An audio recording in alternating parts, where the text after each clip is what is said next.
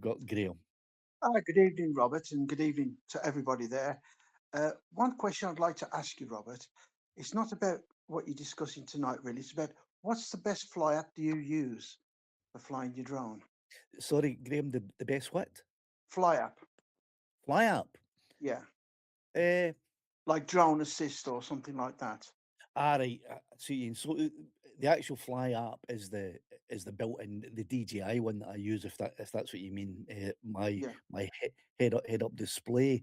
But if you're talking about other things like checking to see if there are any restricted zones or anything like that that you need to check before you go in, I take it that's what you're talking about. correct. Yeah, Right. I actually mentioned this. I think it was the live stream before this one. I showed them all, I listed them all, but the main one that I use, and I wonder if I can bring it, share it on screen. So it's called, you maybe probably heard of this one. It's very simple. It's called NOTAM. Whoops. oh, nose Right. to airman. Yeah, Yeah, no stairman, right? That's yeah, simple as that.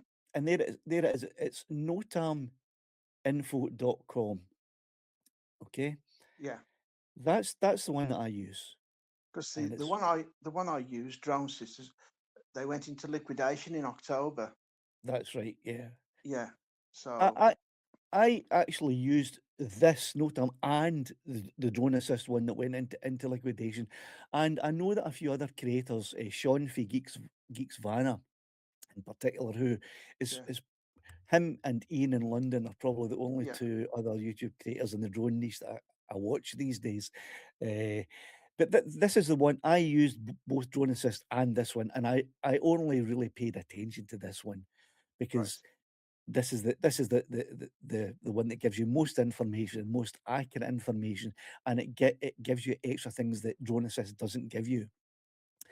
The good right, thing about this is it will give you a heads up, like a week before. It will say there is going to be a flight restriction zone in this area, yeah, uh, and then when the restrict, and it's usually a blue circle.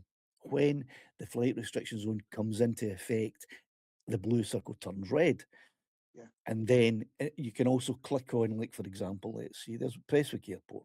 There we go. So if I click on that one there, it gives you all of the information of exactly what the flight restriction is, when it is, all of the information that you need, and contact numbers of ATC, air traffic control, and different things like that.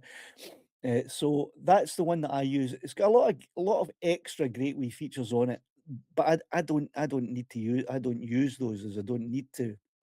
I All I really want to know is the area that I'm going into free to fly? And if it is, I'm going to fly. I must mention though, I do use another website, which is I think everyone should use too, and it's simply the Met Office. Always right, use that. And let's say I'm going to there's a three come up, Kirkcudbright, right? So if I'm going to Kirkcudbright, it will give me the full week. So let's say I'm going out tomorrow to Kirkcudbright. yeah, I can click on tomorrow.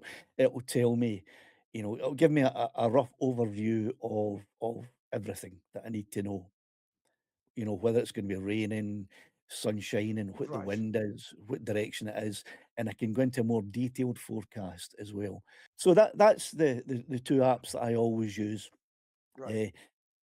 Uh, does that answer your question? Yeah, that answers the question.